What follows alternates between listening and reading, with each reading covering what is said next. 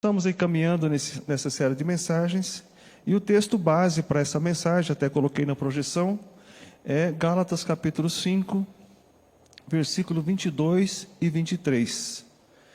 E você que tem a sua Bíblia, ou você pode acompanhar aí no celular, ou talvez na projeção. Nós fizemos domingo passado, pela manhã, uma ilustração, e eu usei um cacho de uva. Quantos lembram? Hoje eu trouxe um outro fruto, para ilustrar o fruto do Espírito. E é bem importante entendermos que a palavra, quando você olha para aquele versículo, pode colocar o versículo fazendo um favor? Você não encontra ali o fruto, mas o fruto do Espírito são. Encontra ali uma palavrinha bem pequenininha, é. Então ele está no singular. Ele é. E começa falando, ele é amor.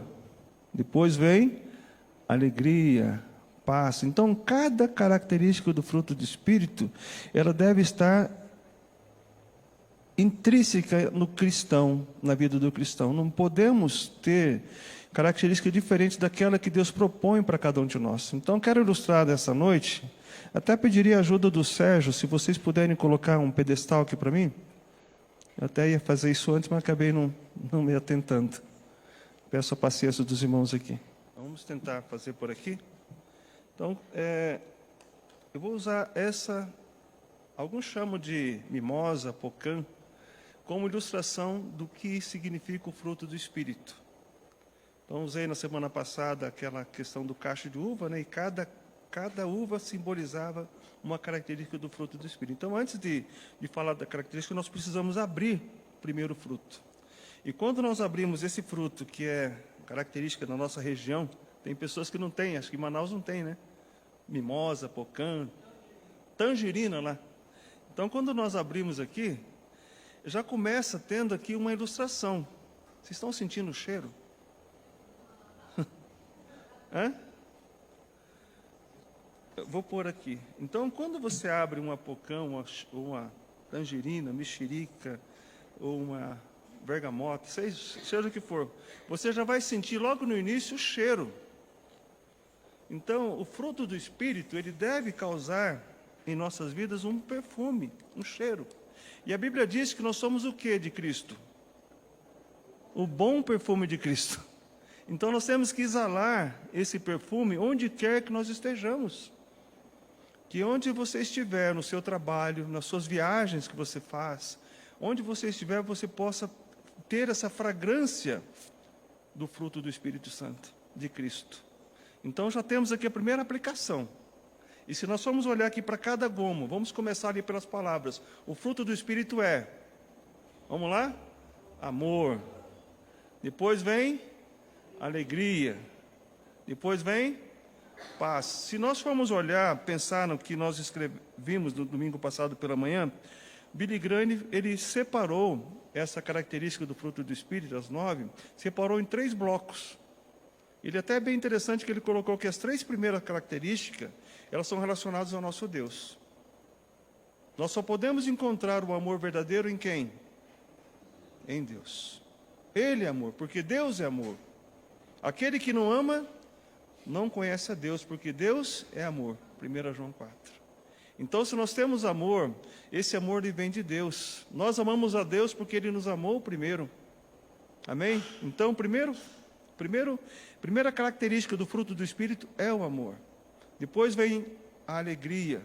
E nós falamos que a alegria do Senhor é o quê? É a nossa força. Alegrai-vos no Senhor. Sempre, Paulo fala, estava preso numa prisão, e na prisão ele falou para que os crentes se alegrassem no Senhor. Como é que pode a pessoa estar presa pedindo para que as outras pessoas se alegrem? Ele não estava triste, Paulo? Não estava triste. Ele até cantava enquanto estava na prisão. Então, nós entendemos que esses 3 gomos aqui, dessa pocã, simbolizam os 3 primeiros. O amor vem de Deus. A alegria nós devemos buscar não nas coisas, não nas circunstâncias, mas somente em Deus. Lembra de Abacuque? Quando ele falou que ainda que a figueira não floresça, ainda que não haja fruto na vide, eu contudo me alegrarei no Deus da minha salvação. Então, nós não podemos basear a nossa alegria em circunstâncias. mas sim em Deus. Deus é a nossa fonte de alegria, a nossa fonte também de amor. Se nós amamos, devemos demonstrar esse amor que Deus nos deu. E Cristo falou que o amor é a marca registrada do cristão. Em João capítulo 13, versículo 35, diz que nisto vos conhecerão que sois meus discípulos, se amardes uns aos outros. Então, se nós temos isso em nós, e se nós demonstramos esse amor, com certeza, nós estamos demonstrando que somos discípulos de Cristo. E depois vem qual palavra? A paz. E a paz que Cristo nos dá, a paz que temos com Deus, é através de Cristo, porque somente Ele é que nos reconciliou com Deus. A paz de Deus excede todo entendimento, ou seja, guardado em Cristo Jesus. Então nós entendemos que Cristo é o agente da paz. A Bíblia fala em Isaías que Cristo, Ele é o príncipe da paz. Então nós entendemos que o fruto do Espírito ele é completo. Começa primeiro com o nosso relacionamento com Deus. As 3 características primeiras. Depois vem as 3 seguintes. Vamos falar ali, conforme diz? Longanimidade. O Sérgio explicou muito bem o que é ser longânimo, né? É ser paciencioso também, ser muito paciencioso, longânimo. E Deus, aprendemos com Deus ser longânimo. Depois do longânimo vem benignidade. Devemos agir com benignidade. Depois vem bondade. Essas 3 características do fruto do Espírito, conforme nós vimos, diz respeito ao nosso próximo.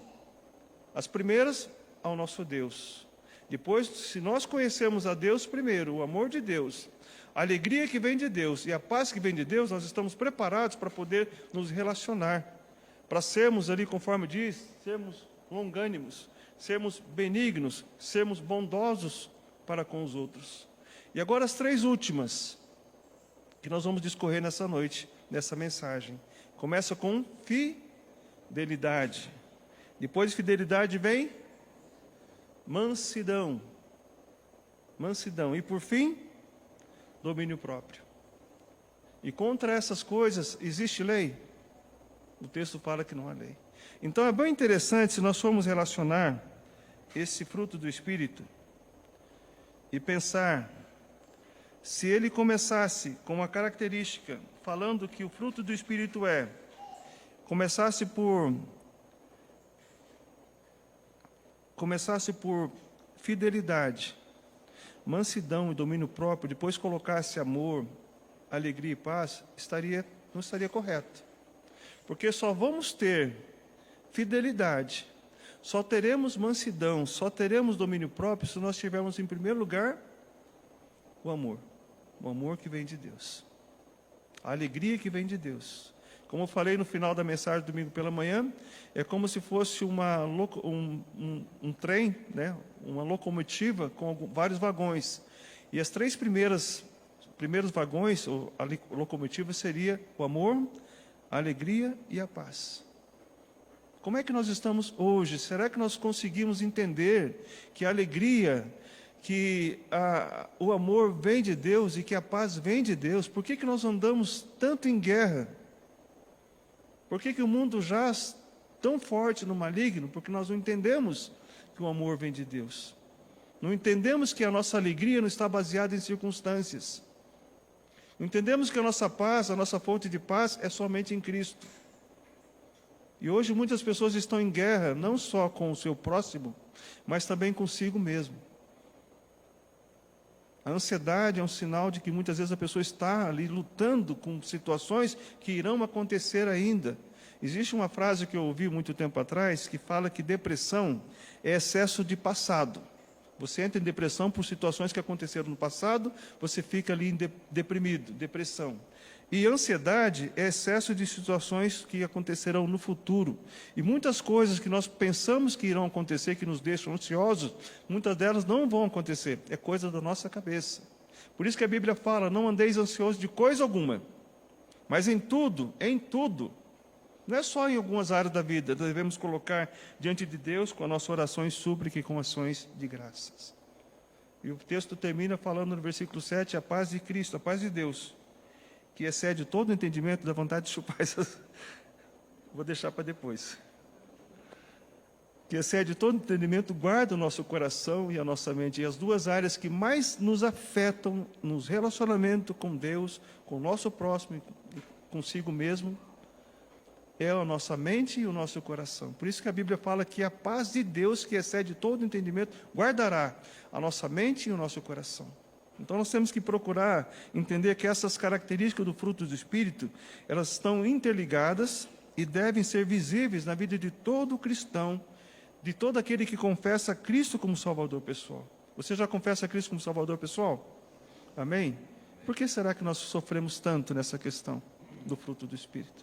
Eu me coloco nisso também. Não vou dizer que eu sou perfeito. Nós estamos buscando a perfeição. Por isso que nós devemos fazer isso como um desafio.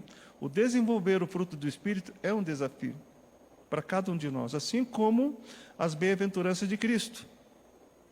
E começa falando aqui, vamos falar sobre esses três princípios aqui, essas três características, fidelidade, mansidão e domínio próprio, que falam sobre o relacionamento com o nosso interior, com o eu. Fidelidade, mansidão e domínio próprio. Fidelidade, nós vamos entender nessa mensagem, não tem nada a ver com fé. Nós podemos ter fé em Deus, mas sermos infiéis a Ele. Será que isso pode acontecer ou não?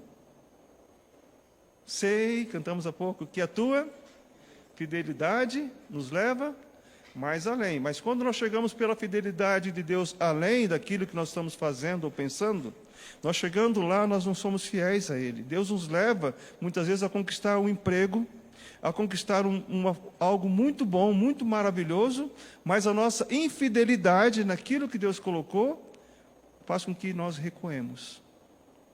Deus, Ele é fiel. A fidelidade de Deus se estende por todo o universo. Agora, nós temos que ser fiel em todas as coisas. Seja na mínima, seja na maior. Deus só vai nos capacitar a elevar a função ou a elevar nossa intimidade com Ele se nós formos fiéis no pouco. Lembra da parábola do talento? Venha, servo bom e fiel. Você foi fiel no pouco, sobre o muito te colocarei. Então a fidelidade que está dizendo aqui é a fidelidade naquilo que Deus tem colocado para nós fazermos. Uma coisa que eu tenho nesse período, principalmente nos anos para cá, eu não consigo ouvir que não é possível fazer. Não sei se vocês já chegaram, alguém chegou, não, mas não vai ser possível fazer, porque não vai dar certo. Gente, essa palavra impossível, para aqueles que estão em Cristo, deve estar fora do vocabulário, porque nós cremos no Deus do impossível. Essa obra, alguém achava que era impossível. Até fazer aquele tablado lá da sala de som ali, alguém achava que era impossível, nós fizemos. Essa construção que estamos fazendo aqui hoje, a pintura do estacionamento, eu falei para o pedreiro hoje que ele chama Adão. Ele é o primeiro homem. O nome dele é Adão. Eu falei, Adão, antes de você, veio 3 pedreiros dizendo que não conseguiria fazer esse trabalho porque era muito difícil. Que tinha que fazer gabarito, tinha que fazer isso e aquilo e tal. Aí veio Adão e fez. E eu pude ajudá-lo também. Enquanto vocês viram, chegaram lá e estacionaram direitinho, né? Não está torta as vagas não, né? Então eu fico pensando, irmãos, quando alguém chega para você, na obra de Deus, e fala que é difícil, é impossível, não creia. Para Deus, nada é impossível. Quando Neemias foi reconstruir os muros de Jerusalém, lá em Neemias, ele encontrou um povo que estava lá parado, olhando para tudo aquilo sem fazer nada. Aí Deus moveu o coração de Neemias para reconstruir o muro de Jerusalém.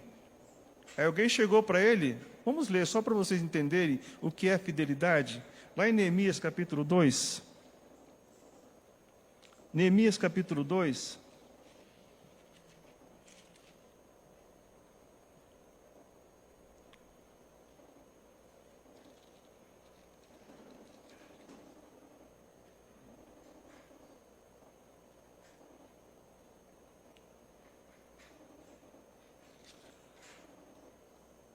Em Neemias capítulo 2, quando ele chegou em Jerusalém, ele percebeu que a cidade estava em ruína.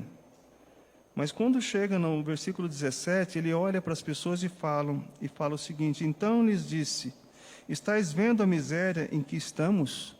Jerusalém assolada e as suas portas queimadas. Vinde, pois, reedifiquemos os muros de Jerusalém. E deixamos de ser opróbrio, ou ser vergonha para as pessoas que estão à volta. Vinde, pois, edifiquemos. Neemias achava que era impossível? Não. Para Deus nada é impossível. E nós olhando para frente aqui, no versículo 20, ele diz o seguinte aqui: então lhes respondi, o Deus dos céus é quem nos dará bom êxito. Então a nossa força não vem de nós mesmos, vem de Deus. A fidelidade que temos na obra, porque Deus foi fiel para conosco. Se hoje somos infiéis, é porque não reconhecemos a fidelidade de Deus. É muito difícil, até tenho conversado com alguns pastores, que eu tenho contato, nós temos um grupo de oração, e é muito difícil, todos concordam, quando entram na igreja, quando se tornam membros da igreja, quando se batizam, todos concordam que o dízimo é do Senhor, todos concordam que estarão com Cristo na glória, mas quando chega na hora de colocar a mão no bolso para poder devolver o que é de Deus, aí eu fiz uma pergunta: 100% dos membros da sua igreja são fiéis nos dízimos? Não. Aí alguns falaram: 30%, pastor, 20%. Aqui nós somos 70%, amém? Não deveria ser amém. Que pena, né? Deveria ser 100%. Todos concordam que Deus é o Deus do ouro e da prata. Mas nem todos concordam que devemos dar o dízimo. Tem pessoas que é contra o dízimo. Dízimo vem da lei. Na verdade, dízimo vem antes da lei. Abraão deu o dízimo de tudo. Jacó deu o dízimo de tudo. E quando foi instituído a lei, era punição de morte àqueles que eram infiéis em dedicar o dízimo do Senhor. Mas quando veio Jesus Cristo, ele falou: vocês devem continuar fazendo isso. Ou seja, continue dando o dízimo, Cristo falou. Dando oferta, da hortelã, do cominho, do endro. Mas não deve negar o principal, que é visitar os órfãos, as viúvas, dar assistência às pessoas. E quando chega Paulo, ele fala: você deve contribuir com alegria. E se você semeia pouco, pouco você vai ceifar também. Então tudo isso a gente crê que existe na Bíblia, mas a nossa infidelidade faz com que nós não confiemos na fidelidade de Deus. Então, pensando nesse assunto, nós temos que ser fiéis a Deus em tudo. Tudo que Ele colocar na nossa mão, Ele vai perceber se nós somos fiéis ou infiéis. Deus só vai te dar a medida daquilo que você for fiel a Ele. Então não pense que é impossível na obra de Deus. Deus é o Deus do impossível. Ele pode fazer com que você possa realizar maravilhas por meio dele, apesar das nossas falhas também. Então, a primeira característica do fruto que eu quero destacar é fidelidade. Não tem a ver com a fé. Você pode ter fé, mas você pode ser infiel. Que nós possamos terminar a nossa carreira, a nossa vida cristã, assim como o apóstolo Paulo, lá em 2 Timóteo 4. Olha só o que ele falou. Exemplo de fidelidade, 2 Timóteo, capítulo 4.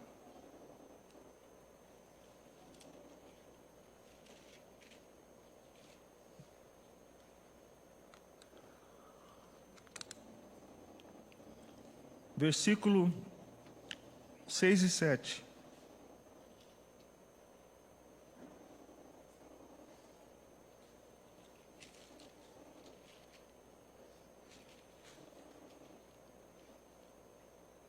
Na verdade, 6 e 7. Diz assim: quanto a mim, estou sendo já oferecido por libação, e o tempo da minha partida é chegado. O que ele fala no versículo 7? Combati o bom combate, vamos falar juntos? Combati o bom combate, completei a carreira, guardei a fé. O combater o bom combate e o completar a carreira é não recuar, é não ser infiel naquilo que Deus colocou. Porque nós seremos julgados pelo aquilo que nós fizemos com o nosso chamado diante de Deus. Todos os crentes serão julgados, não para a salvação ou perda de salvação, mas para o galardão. Estaremos diante de Deus um dia, diz Paulo em Romanos, em Coríntios também. Nós estaremos diante de Deus um dia, mas seremos julgados por aquilo que nós fizemos. E Paulo falou: eu combati o bom combate, eu completei a carreira, mas eu guardei a fé.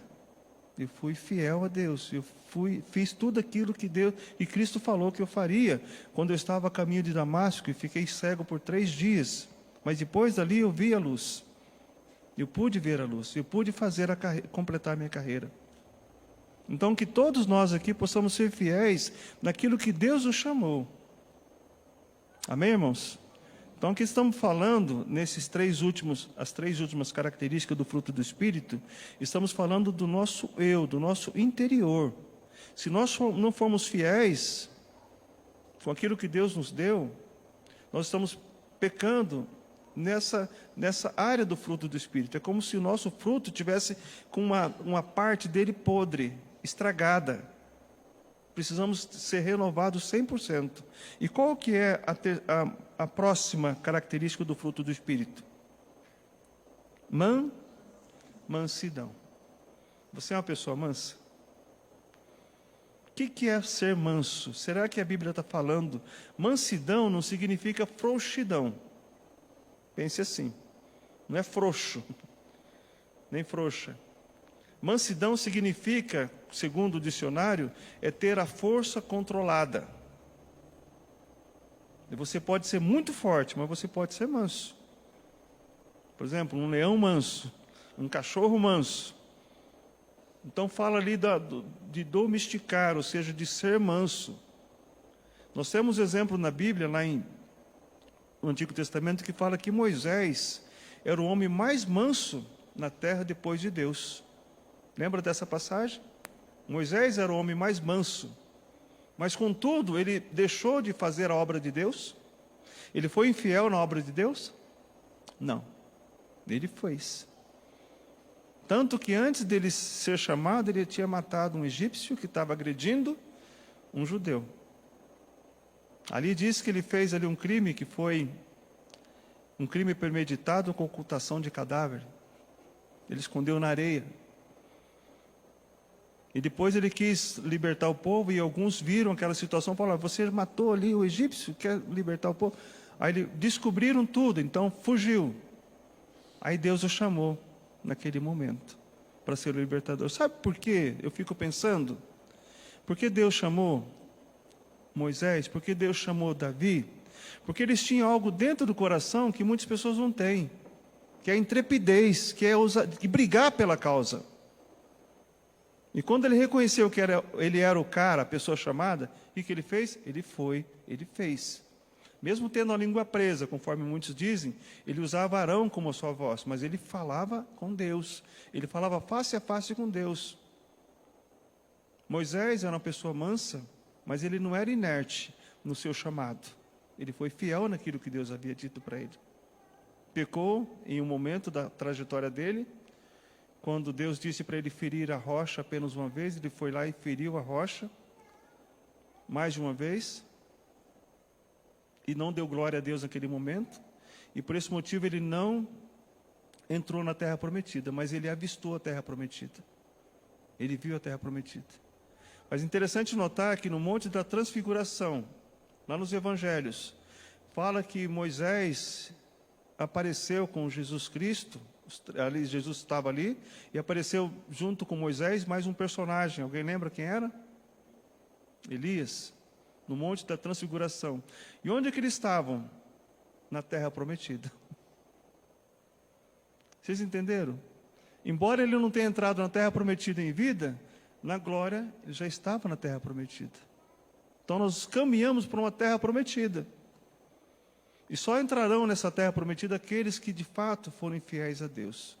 Na fidelidade, buscando a Cristo como Salvador pessoal, em primeiro lugar, tendo o fruto do Espírito e buscando desenvolver as bem-aventuranças que Cristo coloca na sua mensagem. Então nós entendemos que mansidão significa estar sob o jugo de Cristo.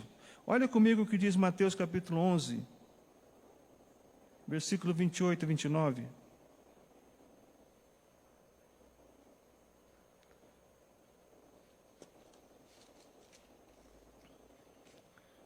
O maior exemplo de humildade, o maior exemplo de mansidão, não foi Moisés. O texto fala de Mateus 20, capítulo 11. Mateus 11, 28 e 29 fala: Vinde a mim, todos os que estáis cansados e sobrecarregados, e eu vos aliviarei. Tomai sobre vós o meu jugo, Jesus Cristo falando, e aprendei de mim, porque sou manso e humilde de coração, e achareis descanso para a vossa alma. Se nós quisermos encontrar um exemplo de mansidão, de humildade, temos que olhar para Cristo. Não é Moisés, não é Pedro, porque Pedro, antes de se converter, antes de ter o Espírito Santo, ele era uma pessoa impulsiva. Era uma pessoa que falava pelos cotovelos. Era uma pessoa que tentou matar aqueles que queriam prender a Cristo. Se ele fosse espadachim, teria cortado o pescoço de Malco, mas ele cortou só a orelha. Naquele momento de tanta impulsividade de Pedro. Mas quando ele se converteu, quando em Atos capítulo 2, o Espírito Santo desceu sobre todos que estavam reunidos, incluindo Pedro, ali ele foi transformado e recebeu ali o fruto do Espírito Santo. A virtude do Espírito Santo desceu sobre ele, ele foi transformado. E nessa transformação ele passou a ser um novo homem, uma nova criatura. As coisas velhas se passaram, eis que tudo se fez novo. Pedro, impulsivo, negou a Cristo por 3 vezes. Pedro, impulsivo, falava pelos cotovelos. Falava o que não devia. Mas quando ele se converteu, o que ele disse lá em 1 Pedro capítulo 3? Olha só, a transformação do apóstolo Pedro. 1 Pedro capítulo 3. 1 de Pedro capítulo 3.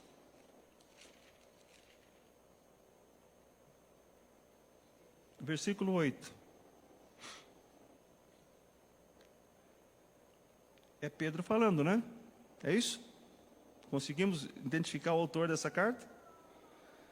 Olha, finalmente sede todos de igual ânimo, compadecidos, fraternalmente amigos, misericordiosos, humildes. Ele ouviu as bem-aventuranças de Cristo antes de se converter verdadeiramente. Aí ele começou, depois que o Espírito Santo entrou nele, permanentemente, ele passou a falar: olha, sejam amigos, misericordiosos, humildes, não pagando mal por mal, ou injúria por injúria, antes, pelo contrário, bendizendo, pois para isso mesmo foste chamados, a fim de receberdes bênção por herança. Pedro já estava transformado pelo poder do Espírito Santo.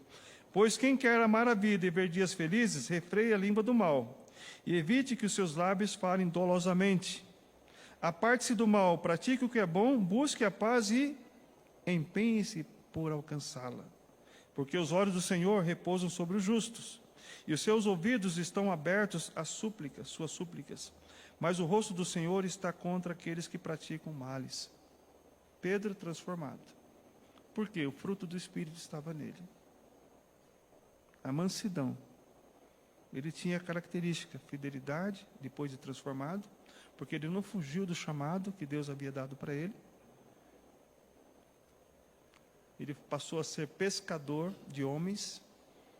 E na primeira mensagem dele, quantas pessoas se converteram? Alguém lembra? 3.000. Que pesca milagrosa é essa, hein? Maravilhosa. Se cada um de nós, na igreja, levasse uma pessoa para Cristo, no início do ano de 2024, nós temos hoje 140 membros arrolados aqui. Nós teríamos quantos no final do ano? Será que nós temos isso? Pedro levou 3.000 para Cristo. Quantas pessoas nós temos impactado através da nossa vida? É difícil falar de Cristo. Fale com a sua vida. Já é o suficiente. As pessoas me perguntam: por que você é assim? Eu tenho Cristo como Salvador. Eu tenho fidelidade. Eu conheço o amor de Deus. Eu vivo a alegria do Senhor. Eu vivo na paz de Cristo. Eu procuro ser longânimo, paciencioso com tudo aquilo que acontece. Eu sou benigno. A benignidade é a bondade em ação. Eu tenho fidelidade naquilo que Deus fez por mim. Eu reconheço que Deus foi fiel, então procuro ser fiel também no meu chamado. E eu sou manso, procuro ser manso. O nosso alvo de mansidão não é Pedro, não é Moisés, não é Paulo. O nosso alvo de mansidão é quem? Jesus Cristo. Ele é a nossa meta.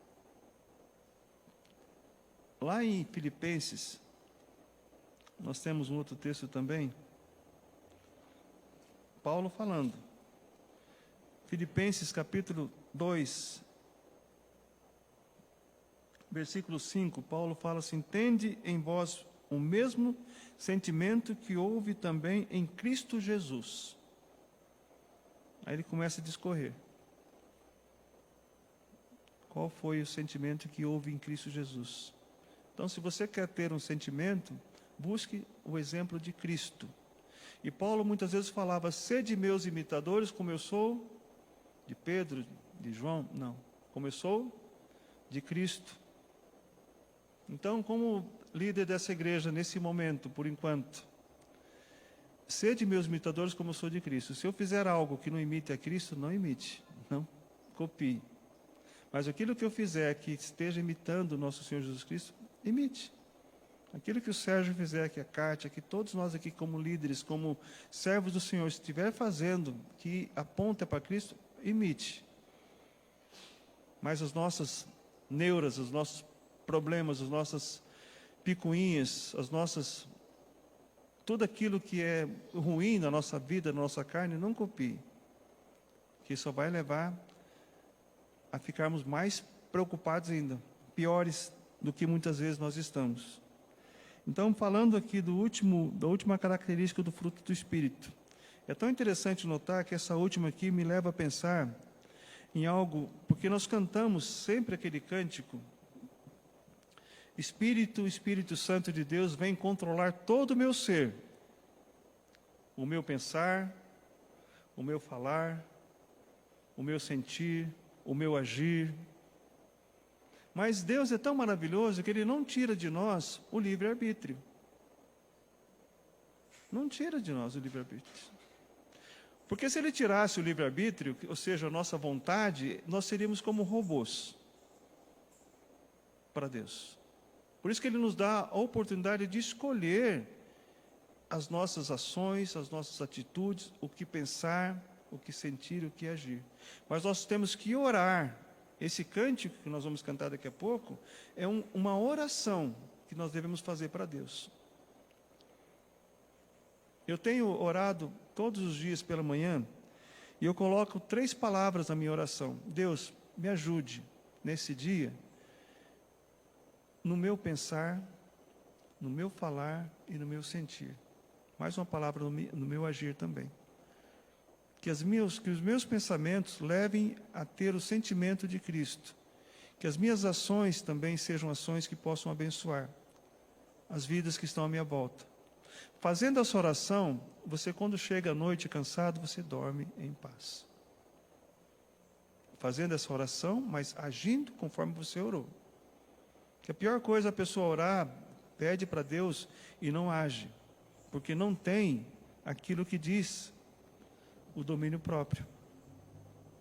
O domínio próprio. Então, assim como a mansidão, como a fidelidade, nós devemos procurar ter o domínio próprio. Nós vivemos dias, irmãos, tão difíceis, mas tão difíceis, que você ouve cada barbaridade, que parece que os dias, nós temos que desejar que Cristo volte rápido. Logo.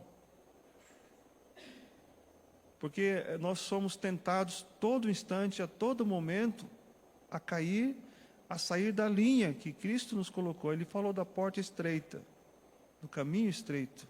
É esse que nós devemos andar. Mas o mundo tem convidado muitos de nós a olhar para outro lado.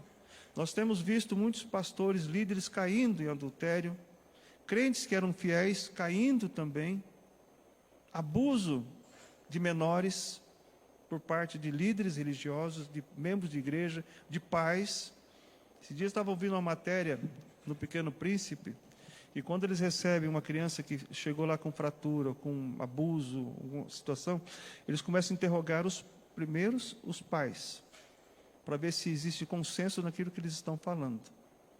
E muitas vezes crianças são violadas pelo próprio pai, ou parente próximo. É difícil isso. Vivemos dias difíceis. E isso que estamos vivendo hoje é uma profecia que está se cumprindo. Eu quero ler com vocês. Lá em 2 Timóteo, capítulo 3. Veja se nós estamos vivendo esses dias. 2 Timóteo, capítulo 3.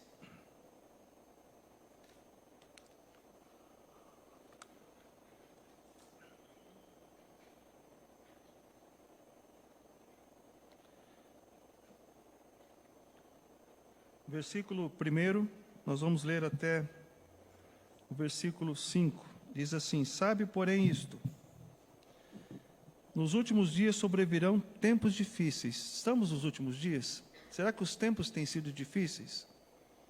Têm sido difíceis. Pois os homens serão egoístas, avarentos, jactanciosos, arrogantes, blasfemadores, desobedientes aos pais, ingratos, irreverentes, desafeiçoados, implacáveis, caluniadores, sem domínio de si, ou seja, o domínio próprio não existe nessas pessoas, cruéis, inimigos do bem, traidores, atrevidos, empatuados, mais amigos dos prazeres que amigos de Deus. E aqui o pior que tem acontecido hoje: tendo forma de piedade, negando-lhe, entretanto, o poder. Ou seja, muitas pessoas têm aparência de ovelha, mas são lobos. Tem uma forma, conforme diz o versículo aqui, de piedade, mas são lobos em pele de ovelhas.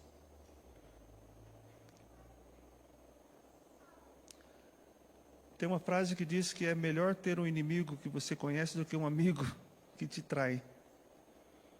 Do que um amigo oculto, um amigo que faz, que você pensa que é amigo. É muito triste isso, né? Davi, até quando estava passando por uma dificuldade de rejeição, ele disse: até o meu amigo que comia comigo levantou o calcanhar. Ele até falava assim: se fosse meu inimigo, eu até compreenderia. Mas é o meu amigo que fez isso.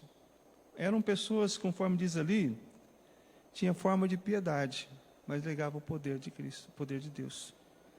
Então, isso tudo que eu estou colocando nessa mensagem fala sobre essas três últimas palavras: fidelidade, mansidão e domínio próprio. Nós devemos buscar em oração e ação todos os dias, para que Deus nos ajude a vencer essa guerra enorme. Porque Paulo, quando fala lá em Gálatas, antes de falar do fruto do Espírito, ele fala das obras da carne. Então nós estamos fabricando isso todo dia. Digo, porém, andar em Espírito, lá no versículo 16, e jamais satisfareis a concupiscência da carne, porque a carne milita contra o Espírito, e o Espírito contra a carne, versículo 17, porque são opostos entre si, para que não façais o que porventura seja do vosso querer. Mas, se sois guiados pelo Espírito, não estáis debaixo da lei. Aí, no versículo 19, ele diz assim: ora, as obras da carne, aí ele começa a falar ali, são conhecidas. Então, nós fabricamos, essas obras são humanas, não são de Deus. O fruto do Espírito vem de Deus e começa com amor. Tem uma frase que eu li nesse livro que eu estou lendo de Billy Graham, até falei, vou passar para o Sérgio depois. Tem um capítulo aqui que ele fala de uma frase da mãe de John Wesley, que quando John Wesley estava ainda no seminário, estudando, como estudante, ela coloca uma frase bem interessante para ilustrar o domínio próprio. Ela coloca assim, que tudo que aumenta a autoridade do corpo sobre a mente é mal. É mal. Tudo que aumenta a autoridade do corpo sobre a mente é mal. O que ela estava querendo dizer? Quando o seu corpo faz algo que a sua mente não estava querendo fazer, você está agindo de forma sem o seu domínio próprio.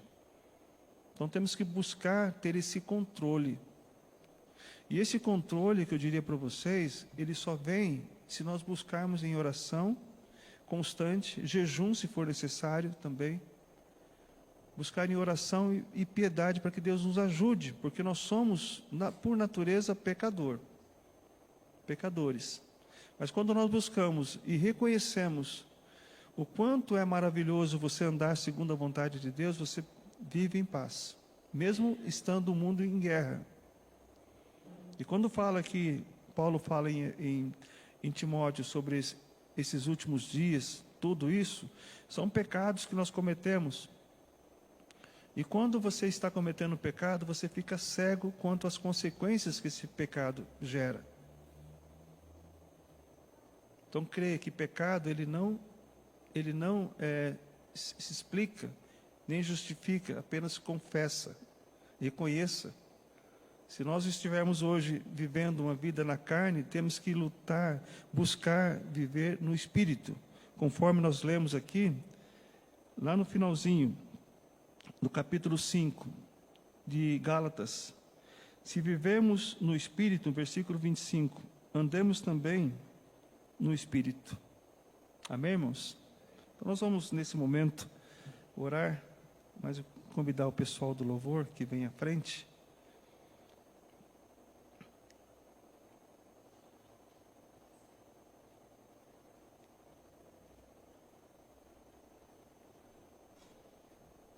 Que essa mensagem possa ter alcançado a nossa mente e o nosso coração em Cristo Jesus. Essa é a nossa oração. E que tudo isso que eu falei aqui, tudo aquilo que foi falado conforme a vontade de Deus, que possa ficar em nós. E que se Deus nos chamar hoje, que possamos falar como Paulo, eu completei a carreira, guardei a fé, eu combati o bom combate. Então, se nós estivermos hoje errando em alguma área dessa característica do fruto do Espírito, Deus nos dará a oportunidade de recomeçar. A fidelidade de Deus se renova cada manhã. Então nós vamos agora orar, vamos cantar orando, orar cantando. Espírito Santo de Deus,